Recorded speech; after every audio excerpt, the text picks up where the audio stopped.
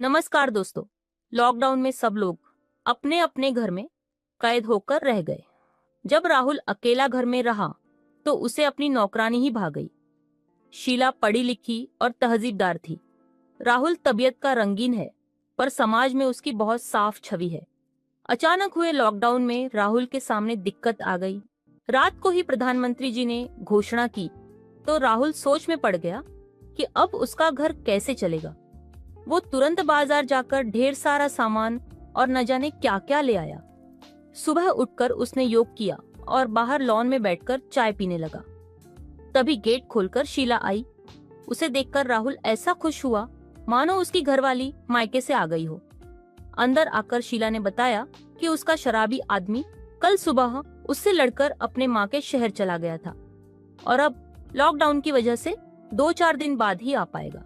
शीला ने राहुल को कहा कि अगर राहुल को कोरोना के डर के कारण कोई आपत्ति न हो तो शीला रोज की तरह उसका काम कर सकती है।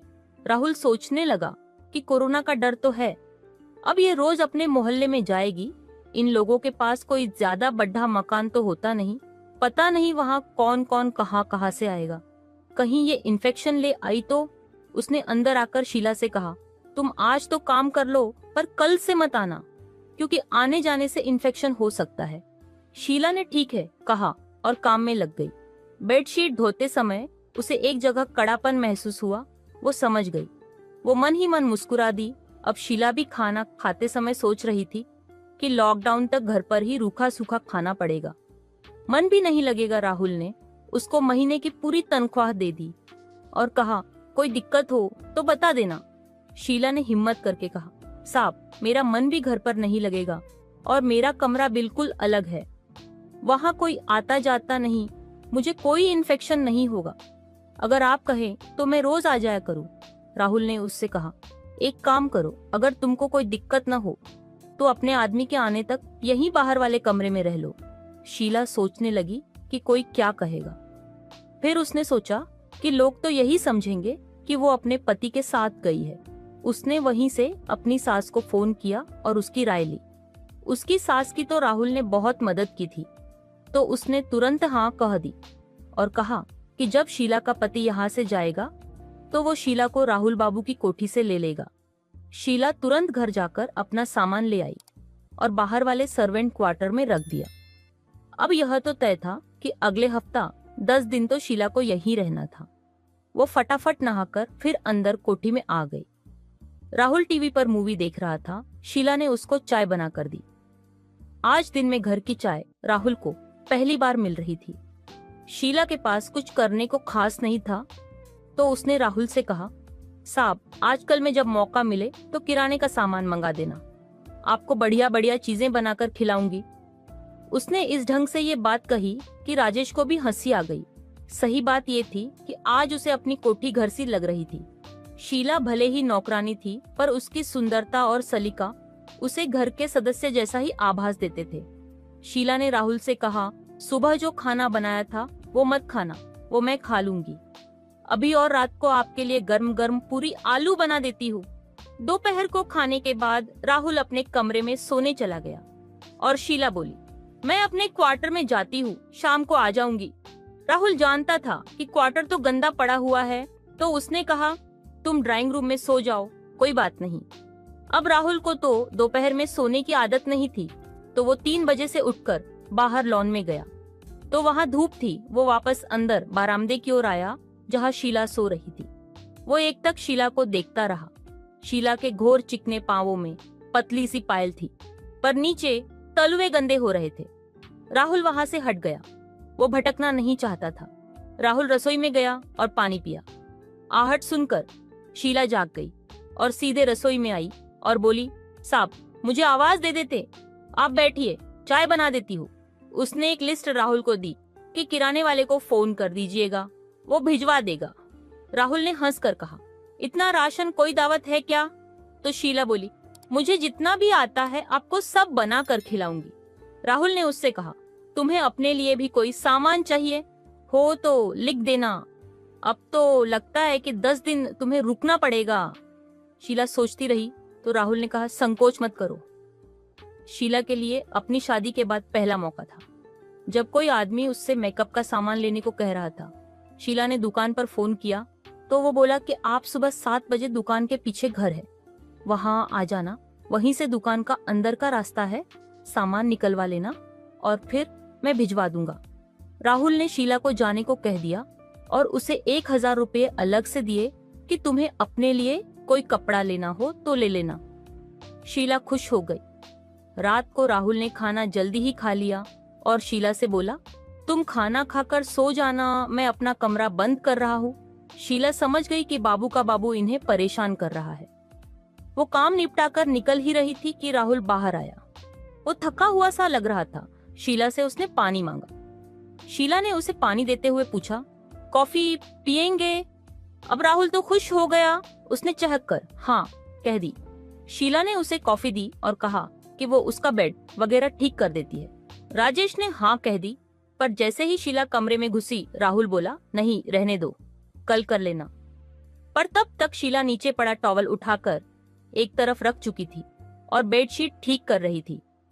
उसने बेड पर रखी दोनों मैगजीन को वही मेज पर रख दिया और बाहर आ गई। राहुल समझा कि शीला ने कुछ नहीं देखा। वो नीचे बैठ गई और इधर उधर की बातें राहुल से करने लगी। शीला ने पूछ लिया, क्या देख रहे हैं साहब? तो राहुल सकपका के बोला, तुम्हारे तल्लुए बहुत गंदे हो रहे हैं। अब तो तुम्हें नंगे पांव गली में नहीं घूमना, तो सुबह अच्छे से साफ कर लेना। शीला को ध्यान आया कि वो नहाएगी कहाँ, क्योंकि बाहर क्वार्टर में तो जगह ही नहीं है जो वो बाल्टी वहाँ ले जा सके। राहुल समझ गया, बोला, कोई संकोच मत करो, मैं नहा लूंगा, फिर तुम इसी बाथरूम में नहा लेना। राजेश ने कॉफी का कप नीचे रखा और वहीं रखी मैगजीन पढ़ने लगा। राहुल बाहर सोफे पर बैठा था। उसने शीला से कहा कि वो सोने चली जाए। शीला बोली, क्या मैं बाहर कमरे में ही नीचे लेट जाऊं, क्योंकि बाहर क्वार्टर में मुझे रात को डर लगेगा। राहुल बोला कि हाँ, उसे कोई दिक्कत नहीं है। राहुल ने उससे कह दिया कि वो बिना संकोच घर को इस्तेमाल कर ले। शीला बाहर क्वार्टर से एक नाइटी सी ले आई। वो शर्मा के बोली, साहब गरीब है, जैसा भी है आप मजाक मत बनाना। मुस्कुरा के राहुल बोला, क्या तुमको लगता है मैं तुम्हारा मजाक बनाऊंगा? बस तुम साफ सुथरी रहो, रात को नहाकर कुछ भी पहनो, मुझे कोई फर्क नहीं पड़ता। और अब यहाँ कौन आएगा? उधर राजेश की रात को आंख खुली। मोबाइल में टाइम देखा तो 3 बजे थे। वो दबे पांव बाहर आया। चारों ओर घुप अंधेरा था। वो अंदाज से शीला की ओर बढ़ा। उसके कमरे में हल्की सी रोशनी आ रही थी। शीला मदमस्त पड़ी थी। राहुल ने बड़ी आहिस्ता से मोबाइल की टॉर्च से कुछ देखने की कोशिश की, पर कुछ नजर नहीं आया। फिर राहुल ने पास पड़ी कंबल को उठाया और शीला पर डाल दिया और अपने कमरे में जाकर सो गया। सुबह वो उठा तो उसे रसोई में खटपट सुनाई दी, मतलब शीला जाग गई थी। फिर वो चुपचाप आंख बंद करके लेटा रहा। थोड़ी देर में शीला कमरे के अंदर झांकने आई। उसको लगा राहुल सो रहा है। शीला ने नीचे पड़ा तौलिया उठाया और मुस्कुरा दी और वो बाहर चली गई। 2 मिनट बाद शीला फिर आई और एक तक देखती रही। उसने हाथ में झाड़ू ली हुई थी। वो झाड़ू लगाने के बहाने ही कमरे में आई थी। उसने राहुल की चादर को हल्के से दूसरी ओर से खींच तो शीला की तो जान निकल गई। अब राहुल ने कुनमुनाते हुए आंख खोली तो शीला कमरे से तेजी से बाहर आ गई। राहुल ने उसको आवाज देते हुए कहा, जरा 1 गिलास गुनगुना पानी दे दो। उसने ऐसा दिखाया कि उसे कुछ पता ही नहीं। शीला ने उसे पानी दिया और बोली कि जनरल स्टोर वाले के पास जा रही हूँ सामान लेने। शीला दुकान पर गई। किराने का सामान तो पैक रखा था और दूसरी ओर उसकी लड़की बैठी थी जहाँ लेडीज सामान मिलता था। उसने अपने लिए भी कुछ जरूरी सामान ले लिया। राहुल ने कहा, दिखाओ क्या लाई हो? तो बोली, साहब जब पहनूंगी तब दिखाऊंगी। शीला ने उसके कल के कपड़े और टॉवल वगैरह भिगो दिए। राहुल ने उससे कहा, कपड़े ढे धोकर, पहले तुम ही नहा लो, इतनी देर में मैं अखबार PH लूंगा। शीला ने आज जमकर अपने को रगड़ा। वो बाहर आई तो उसे ये महसूस हुआ कि शायद राहुल चोरी छिपे उसे ही देख रहा था। राहुल नहाने घुसा तो उसे गुलाब खुशबू महसूस हुई। उसे शीला की पसंद पर खुशी हुई। राहुल ने झटपट शेव की ओर नहाकर बाहर आ गया। राहुल ने कुछ देर आराम करने की सोची तो वो सिर्फ लुंगी पहनकर बेड पर लेटकर मूवी देखने लगा। तभी उसे बाहर शीला की आहट महसूस हुई। उसने आवाज देकर कह दिया, चाय पिला दो और अपने लिए भी बनाकर यहीं आ जाना। शीला जल्दी ही एक ट्रे में चाय और नाश्ता ले आई। शीला जैसे ही कमरे में घुसी, राहुल उसे देखता रह गया। आज शीला किसी मेनका जैसी लग रही थी। राहुल को घूरता देख शीला बोली, अब तो साफ सुथरी दिख रही हूँ ना? तो राहुल मुस्कुरा दिया। शीला ने चाय नाश्ता मेज पर रखा और बोली, कुछ पहन लीजिए, सर्दी लग जाएगी। राहुल खड़ा हुआ। उसने शीला से कहा, तुम ऐसी ही रहा करो, सुंदर लगती हो। तो शीला बोली, साहब हम गरीब आदमी हैं, हमें इतना सुख कहाँ। शीला के आदमी के आने के बाद राहुल ने उसके आदमी से कहा कि तुम शीला का ध्यान भी नहीं रख सकते। शीला का आदमी उसे इतना सुंदर देखकर बहुत ही खुश हुआ और राहुल के पैर पकड़कर शीला से बोला, देख। नमस्कार दोस्तों, मेरा नाम रिंकू है और मैं एक छोटे से गांव का रहने वाला हूँ। मैं एक गरीब परिवार से हूँ और ज्यादा पढ़ाई भी नहीं की है। इसीलिए पैसे कमाने के लिए मैंने विदेश जाने का सोचा। हमारे पास के शहर में मैं एक एजेंट के पास गया और बोला कि मुझे विदेश जाना है। एजेंट ने कहा कि वह उसे सऊदी अरब भेज देगा और ज्यादा पैसे भी नहीं लगेंगे। मुझे ड्राइविंग आती थी, इसीलिए मैंने ड्राइवर की नौकरी के लिए एजेंट से बात की। कुछ दिन बाद मेरा वीजा लग गया और मैं सऊदी अरब चला गया, जहां पर मुझे एक शेख के घर पर गाड़ी के ड्राइवर का काम मिल जाता है। मेरे व्यवहार और मेरा काम मेरे मालिक को बहुत पसंद आया, जिसके कारण उन्होंने अपने घरेलू ड्राइवर, जो कि किसी दूसरे से था, उसकी जगह मुझे अपने घरेलू ड्राइवर के काम पर रख लिया। अब मेरा काम सिर्फ घर के सभी सदस्य, शेख साहब की 2 जवान बेटी, 2 लड़के और उनकी पत्नी को जहां पर भी जाना होता उन्हें केवल मैं ही लेकर जाता था। लेकिन शेख ने बहुत ही कड़े नियम बनाए थे। मैं घर की किसी भी महिला से बात नहीं कर सकता था और यही नियम घर की सभी महिलाओं के लिए लागू था। हम एक शब्द भी नहीं बोल सकते थे। जब भी घर की किसी महिला सदस्य को बाहर जाना होता तो वह घर के अंदर से एक पर्ची पर लिख कर लाती कि उन्हें कहाँ जाना है। वह पर्ची के मेरी सीट पर रख देती और मैं उसे पढ़कर उन्हें उस जगह ले जाता जहां वह जाना चाहती थी। घर की सभी महिलाओं को अपने शरीर पर कपड़े कुछ इस तरह पहनने होते थे कि नाखून तक भी दिखाई ना दे, लेकिन मेरी किस्मत को जैसे कुछ और ही मंजूर था। इतने कड़े नियम होने के बाद भी शेख साहब की बड़ी बेटी को मुझसे प्यार हो जाता है। यह सब कैसे हुआ, कहाँ हुआ और मुझे उसका नतीजा क्या भुगतना पड़ा, जानने के लिए पूरी कहानी जरूर सुनना। मुझे केवल घर के मर्दों से बात करने की इजाजत थी। मालिक ने कहा कि अगर मुझे यहाँ नौकरी करनी है तो अरबी भाषा सीखनी होगी। मैंने 2 महीने में ही अच्छी भली अरबी बोलना सीख लिया था और टूटी फूटी इंग्लिश भी बोलने लगा था। घर की कोई महिला को बाहर जाना होता तो पर्ची में देखकर उन्हें वहां ले जाता और गाड़ी के पास उनके आने का इंतजार करता रहता। ज्यादातर उनके घर की बड़ी बेटी ही बाहर जाती थी। शेख की पत्नी बहुत कम घर से निकलती थी। उनकी दी हुई सभी पर्ची अपने पास रखता था और सप्ताह के अंत में अपने मालिक को दे देता था, जिनसे उन्हें पता चलता कि मैं कहाँ कहाँ गया था। यह हमारी दैनिक दिनचर्या थी। एक दिन मैं गाड़ी में बैठकर अपने पर्स में कुछ देख रहा था और मैंने सारी पर्चियां निकालकर गाड़ी की सीट पर रखी थी। तभी शेख की सबसे बड़ी बेटी गाड़ी के पास आती है और पर्ची को सीट पर रख देती है। सीट पर पहले से ही 10 से 15 पर्चियां पड़ी हुई थी, तो वह पर्ची उन पर्चियों के अंदर मिल गई। अब मुझे समझ में नहीं आ रहा था कि उन्हें कहां पर जाना है और मैं उनसे पूछ भी नहीं सकता था। तभी मैंने सोचा कि वह अक्सर ज्यादातर मॉल में जाती थी। मैंने सोचा शायद उन्हें वहां जाना होगा, इसलिए मैं गाड़ी को मॉल के सामने ले जाकर पार्किंग में खड़ी कर दी।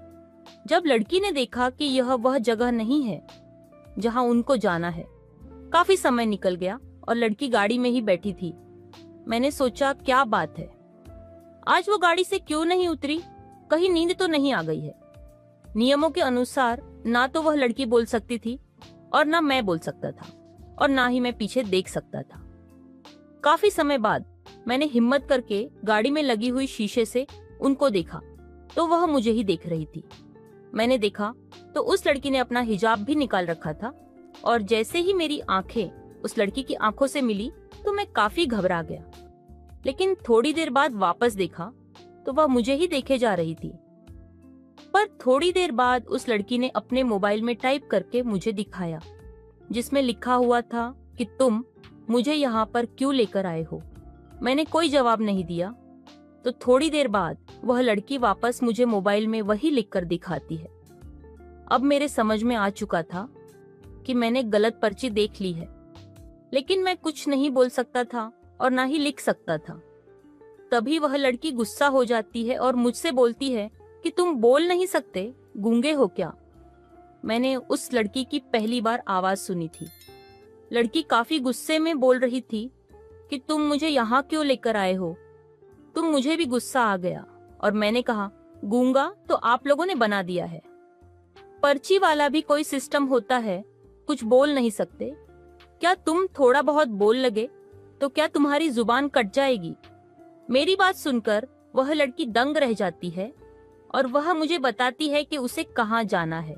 और फिर मैं गाड़ी लेकर वहां चला जाता हूँ और वह लड़की काम करके वापस गाड़ी में आ जाती है और घर की ओर निकल जाते हैं।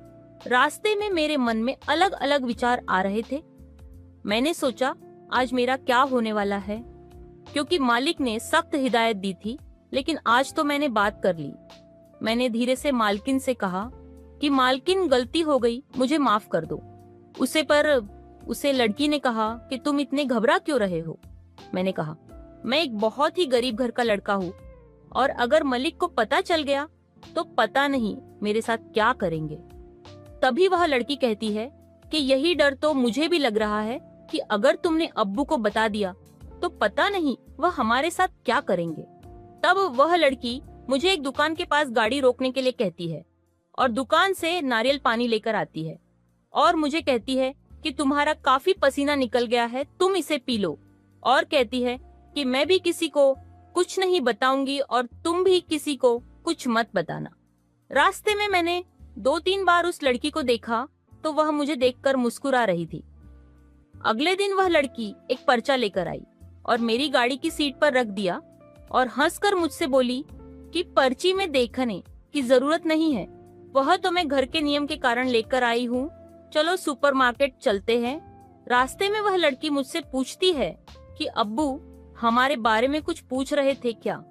तो मैंने कहा कि नहीं, उन्होंने कुछ नहीं पूछा, लेकिन मैंने अपने घर पर अपनी माँ और बहन को सब कुछ बता दिया।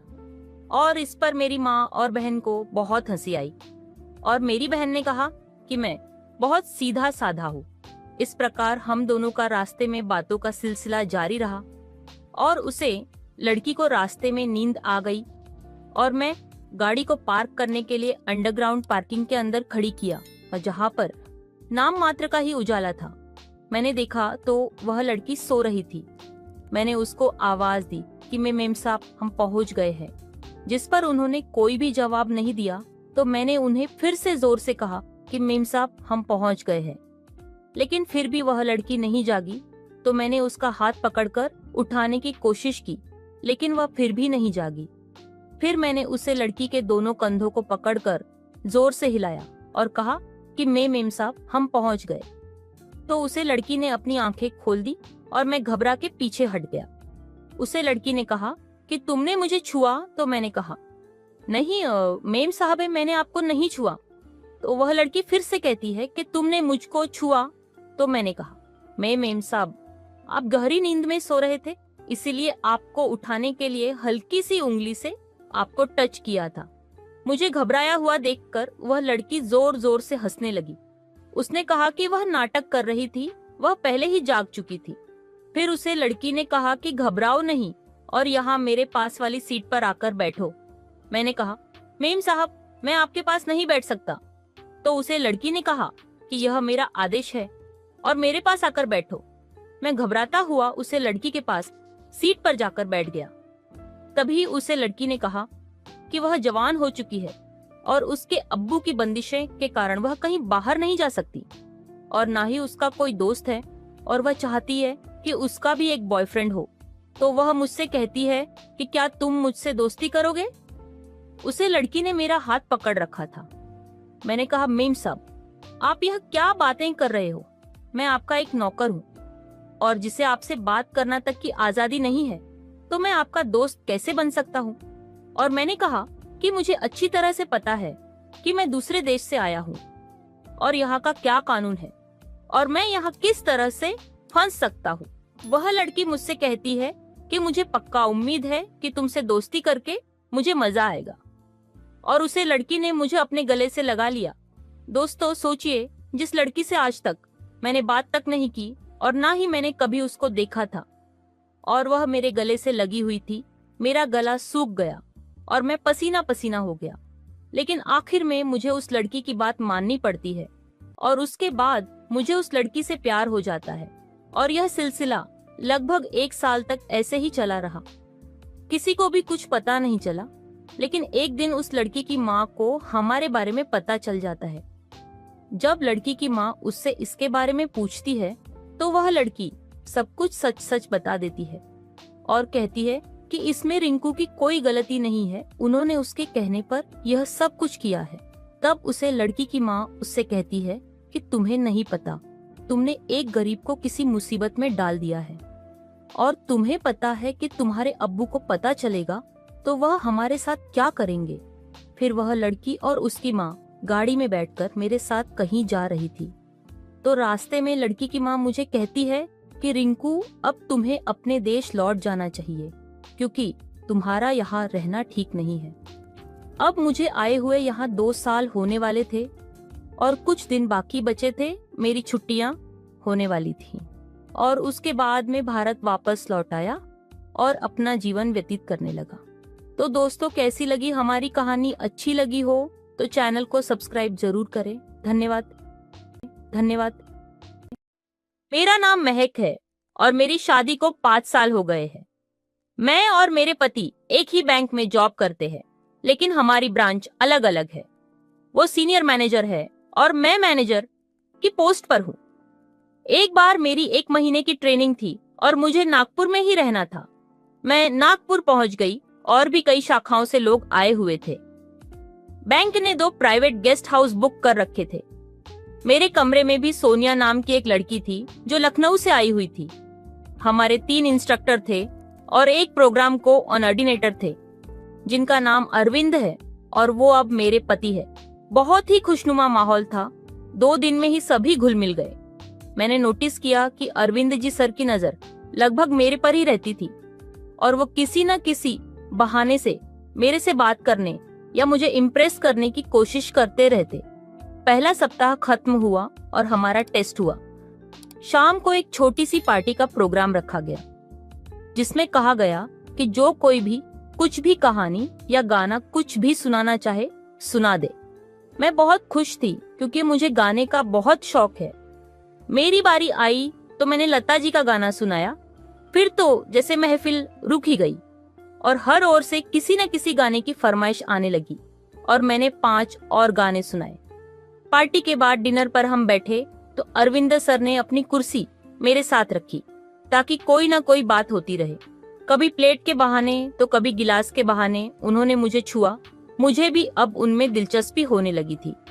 जैसे ही डिनर खत्म हुआ और सब अपने अपने रूम में जाने लगे तो अरविंद सर ने मेरे से पूछ लिया, कल रविवार है, आप क्या कर रही है?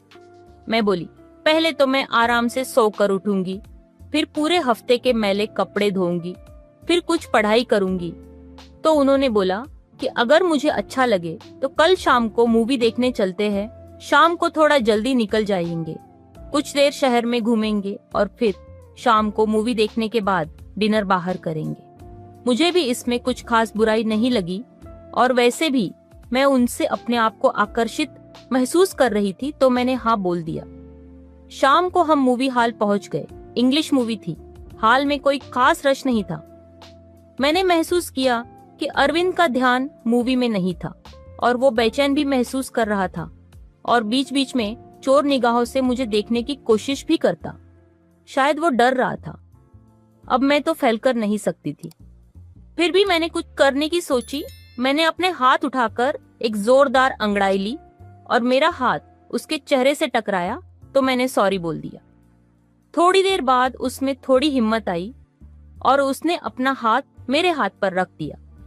मैंने भी अपना हाथ नहीं हटाया तो उसका हौसला बढ़ा और उसने मेरे हाथ को दबाना शुरू कर दिया। तभी इंटरवल हो गया। इंटरवल के बाद ऐसे ही लगभग 15 मिनट बीत गए। मैं डर गई कि कहीं वो डर तो नहीं गया, क्योंकि मैं भी चाहती थी कि वो कोई हरकत करे।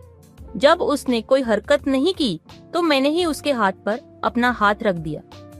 हम पिक्चर हॉल से बाहर आए, नजदीक ही एक रेस्टोरेंट में डिनर किया और गेस्ट हाउस आ गए।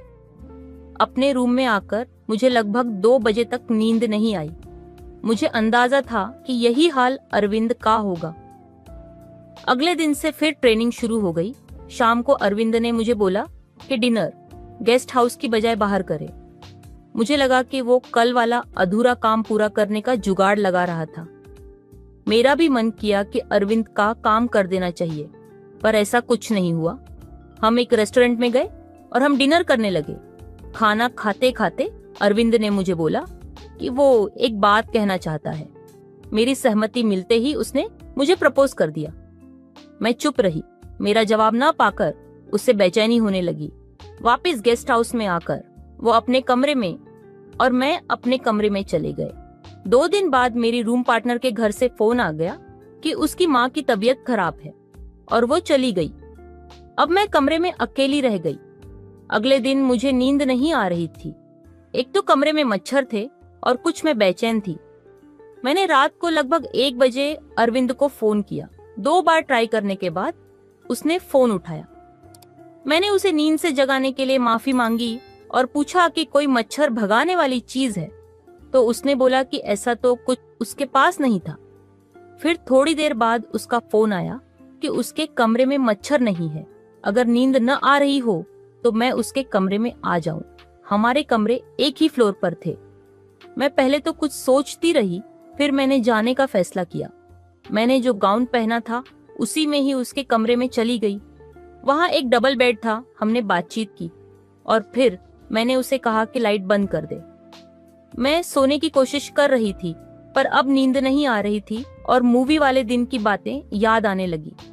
मुझे लगा कि अरविंद भी जाग रहा था। मैंने उसे आवाज दी तो पता लगा कि वो भी जग रहा था। मैंने पूछा कि नींद नहीं आ रही क्या, तो उसने बोला कि उसकी शुरू की नींद पूरी हो चुकी है, अब नींद आराम से ही आएगी। कमरे की लाइट बंद थी, लेकिन कॉरिडोर की लाइट से कुछ रोशनी खिड़की के शीशे से अंदर आ रही थी। हम बातें करने लगे। अरविंद ने मेरे से पूछा कि मैंने उसकी बात का जवाब नहीं दिया, तो मैं चुप हो गई। उसने जब दोबारा पूछा तो मैंने हंसकर उसे बोला, अरविंद तुम्हें अक्ल नहीं है। लड़की का चुप रहना भी उसकी हाँ कहने का एक अंदाज होता है। इतना सुनना था कि अरविंद ने मुझे अपनी ओर खींच लिया और मुझे अपने गले लगा लिया, और कब नींद आ गई पता ही नहीं चला। सुबह जब अरविंद के फोन का 7 बजे अलार्म बजा तो नींद खुली। दोनों ने एक दूसरे को मुस्कुरा कर देखा। मैंने उसे बोला कि वो कॉरिडोर में जाकर देखे कि कोई है तो नहीं, क्योंकि मैंने अपने कमरे में जाना था और मैं उस समय सिर्फ गाउन में थी। उसने जब देखा कि कोई नहीं है तो मैं भागकर अपने कमरे में चली गई। उसके बाद हमारी ट्रेनिंग भी खत्म हो गई और सब अपने अपने घर चले गए। अगले 1 महीने तक हम सिर्फ फोन पर बातें करते रहे, लेकिन जैसे जैसे दिन बीत रहे थे वैसे वैसे हमारी मिलने की तड़प बढ़ती जा रही थी। हमने तय किया कि हम महीने में 1 बार मिलेंगे। शनिवार को बैंक का हाफ डे होता था। अरविंद बैंक से छुट्टी करके सीधा शाम को ग्वालियर पहुंच जाता। मैं भी घर से कोई न कोई बहाना बनाकर अरविंद के साथ चली जाती और हम खूब एंजॉय करते। सुबह अरविंद वापस चला जाता। लगभग 1 साल बीत गया। अब हमने सोचा कि हमें शादी कर लेना चाहिए। हम दोनों ने अपने घर वालों के सामने शादी का प्रस्ताव रखा। हम दोनों के परिवार पुराने ख्यालों के तो नहीं थे, पर ज्यादा आधुनिक विचारों के भी नहीं थे। समस्या यह आई कि हमारी जाति नहीं मिलती थी। खैर, थोड़ी सी कोशिश के बाद दोनों के परिवार मान गए और तय हुआ कि किसी दूसरे शहर में बिना किसी शोर शराबे के शादी करेंगे, ताकि जाति पाति का शोर मचाने वाले दूर ही रहे। शादी के बाद हम दोनों अरविंद के परिवार में नहीं रहेंगे और घर से दूर शहर में अलग मकान लेकर रहेंगे। 1 महीने बाद हमारे शादी की तारीख पक्की हुई। शादी के बाद हम दोनों ने एक ही शहर में ट्रांसफर के लिए अर्जी दाखिल कर दी। मेरी अर्जी पर ट्रांसफर के आर्डर आते आते 1 महीना लग गया। तब तक हम दोनों का अलग रहना हमारी मजबूरी बन गया।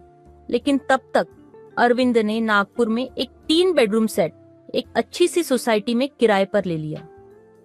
हम दोनों को पैसे की कोई कमी तो थी नहीं, इसलिए हमने 3 बेडरूम सेट लिया। मेरे ट्रांसफर के आर्डर आए और मैं नागपुर पहुंच गई। जिस दिन मैं नागपुर पहुंची उस दिन हमने खूब एंजॉय किया। उसके बाद डिनर के लिए निकल गए। वापस आकर हम जल्दी ही सो गए क्योंकि मैं इतने लंबे सफर के कारण थकी हुई थी। अगले दिन हमारी और लोगों की तरह ही दिनचर्या शुरू हो गई। हमने एक नौकरानी रखी हुई थी जिसका नाम रेणु था। उसको हमने फ्लैट की एक चाबी दी हुई थी। वो सुबह हमारे पीछे से घर में आती और सफाई बर्तन और कपड़े आदि करके चली जाती। कोई खास काम होता तो मैं उसे फोन पर ही समझा देती। हमारी उसकी मुलाकात महीने बाद ही होती थी जब उसको पगार देनी होती थी। एक रविवार अचानक ही सुबह वो आ गई। उस समय हम सोए हुए थे। मैंने डोरबेल की आवाज सुनकर अपनी मैक्सी पहनी और दरवाजा खोलने गई। उसको ड्राइंग रूम में बिठाया और आने का कारण पूछा तो उसने बताया कि उसे कुछ पैसों की जरूरत थी। मैंने उसे बोला कि वो थोड़ा इंतजार करे, मैं तब तक बाथरूम से होकर आती हूँ। मैं बाथरूम चली गई। रेणु ने सोचा कि आई तो हूँ ही, क्यों न थोड़ा सा घर का काम ही कर दूं। उसने झाड़ू उठाया और हमारे बेडरूम में झाड़ू लगाने पहुंच गई। जैसे ही उसने लाइट जलाई तो रूम से बाहर भाग गई। बेडरूम में अरविंद बड़ी गहरी नींद में सो रहे थे। मैं जब बाथरूम से बाहर आई तो रेणु बेडरूम के दरवाजे पर खड़ी अंदर झांक रही थी। मैंने पूछा, क्या बात है, अंदर क्यों झांक रही हो? तो वो शर्माती हुई कुछ नहीं दीदी कहकर हॉल में झाड़ू लगाने लगी। मैंने जब बेडरूम में झांका तो मुझे सारा मामला समझ आया और मेरी जोर से हंसी निकल गई। मैंने उससे मजाक किया, चोर कहीं की, चोरी चोरी क्यों देख रही थी? क्या कभी देखा नहीं है? चल तुझे दिखाऊं। मैंने उसका हाथ पकड़ लिया और बेडरूम की तरफ ले जाने लगी तो उसने अपना हाथ छुड़ा लिया। लेकिन मैंने भी जिद पर दिया दच ली और बोली, अब पैसे मैं तुझे तब दूंगी जब तू मुझे बताएगी। मेरे मन में शरारत आ गई। मैंने उससे पूछा, क्या यह उसको पसंद है? तो वो शर्मा गई और बोली, दीदी आप मुझे पैसे दे दो, मुझे जल्दी जाना है। मैंने जोर देकर पूछा, पहले बता। तो बोली, जो चीज मिल ही नहीं सकती उसकी पसंद और नापसंद का क्या मतलब? मैं बोली कि अगर उसकी इच्छा हो तो मिल भी सकती है। तो वो बोली, तो कुछ नहीं, पर उसकी आंखों की चमक से मैं समझ गई। मैंने उसे बोला, चल तुझे एक चीज दिखाती हूँ। थोड़ी देर बाद अरविंद की नींद खुल गई। अरविंद को मैंने बताया कि उसे कुछ पैसे चाहिए। अरविंद बोला, पॉकेट में नहीं है, अभी उसे एटीएम से लाकर देता हूँ। जब तक अरविंद को एटीएम से आना था तब तक मैंने रेणु को बोला कि वो नाश्ते की तैयारी कर ले, मैं नहा लेती हूँ। अरविंद के आने तक नाश्ता तैयार था। मैं भी नहा चुकी थी। मैंने उसे कहा कि वो भी नाश्ता हमारे साथ करे तो वो भी डाइनिंग टेबल पर बैठ गई। मैंने नोटिस किया कि रेणु लगातार मुझसे नजर बचाकर अरविंद को ही देखे जा रही थी। वो पैसे लेकर चली गई। अब वो किसी न किसी बहाने शाम को आने लगी। कभी वो सुबह काम पर नहीं आती तो शाम को आ जाती। फिर उसने बोला कि वो सुबह ज्यादा बिजी हो जाती है, अगर वो शाम को आ जाए तो हमें भला क्या एतराज हो सकता था? हमें तो काम से मतलब था, वो सुबह करे या शाम को। बल्कि इसका सुख हमें यह हुआ कि जब हम थक कर घर आते तो वो घर पर होती और हमें चाय वगैरह बना देती और खुद भी पीती और चली जाती। बरसात का मौसम शुरू हो चुका था। हम अपने ऑफिस कभी गाड़ी से तो कभी मोटरसाइकिल से जाते थे। ये अपने ऑफिस से छुट्टी करके मुझे मेरे ऑफिस से पिक करते हुए आते थे। एक दिन हम सुबह मोटरसाइकिल से निकले। शाम को ऑफिस के टाइम बरसात शुरू हो गई। हम पूरी तरह भीग कर घर पहुंचे। जब हम घर पहुंचे तो रेणु नहीं आई हुई थी। अरविंद ने मेन डोर खोला और अंदर घुसते ही उसने मेरी तरफ देखा। मैंने उसे बोला कि दरवाजा तो बंद कर लेने दो। तो वो बोला, इतनी बरसात में कौन आने वाला है? अगर आ भी जाएगा तो यही देखेगा कि पति पत्नी प्यार कर रहे हैं। थोड़ी देर बाद हमें हॉल में कोई खटका सुनाई दिया। मैंने सोचा कि दरवाजा खुला था, शायद कोई बिल्ली आ गई होगी। इसीलिए मैं उठकर हॉल में आई तो देखा कि ये तो 2 टांगों वाली बिल्ली यानी कि रेणु थी। मैंने उससे धीमी आवाज में पूछा, तुम कब आई? इससे पहले कि वो कुछ बोलती, अरविंद ने पूछ लिया, कौन है? तो मेरे मुंह से निकल गया, 2 टांगों वाली बिल्ली है। तभी अरविंद भी बाहर आ गया। हम दोनों को गुस्सा आ रहा था, लेकिन वो हल्का फुल्का गुस्सा ही था। तभी मुझे अरविंद ने बोला कि मेन डोर बंद करके आओ, इसकी गलती की सजा तो इसको देनी है। मैंने वैसा ही किया, पर मुझे ये समझ नहीं आया कि अरविंद करना क्या चाहता था। जब मैं वापस आई तो अरविंद ने उससे पूछा कि उसे क्या सजा दी जाए। रेणु चुप रही तो अरविंद ने बोला कि तुम काम छोड़कर चली जाओ। वो हाथ जोड़ने लगी कि हम ऐसा ना करें, उसे हमारे जैसे अच्छे लोग फिर नहीं मिलेंगे। मैंने अरविंद को कहा, कुछ और सजा दे दो। इससे पहले कि वो कुछ बोलता, रेणु बोल पड़ी, हमें कुछ और सजा दे दे। वैसे थोड़ी सी गलती तो आप लोगों की भी है, आपको दरवाजा बंद कर लेना चाहिए था। जो दृश्य मैंने देखा, उस दृश्य को कोई भी देखता तो ऐसा ही करता। उसकी बात में तर्क था, परंतु अरविंद ने बोला, सजा तो उसे मिलेगी ही। फिर हम दोनों जोर जोर से हंसने लगे तो रेणु के समझ में आ गया कि हम उसके साथ मजाक कर रहे हैं। वो बोली, साहब आपने तो मुझे नौकरी से निकालने की बात कहकर डरा ही दिया था।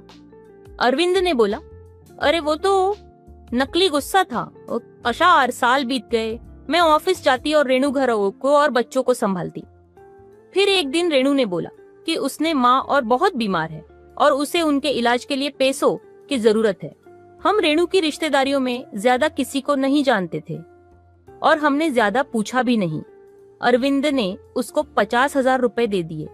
जब वो 1 सप्ताह तक नहीं आई तो हमें चिंता होने लगी। हम उसके घर गए तो वहाँ ताला लगा था। उसके बाद कई दिन तक हम उसके घर जाते रहे और वहाँ ताला लगा मिलता।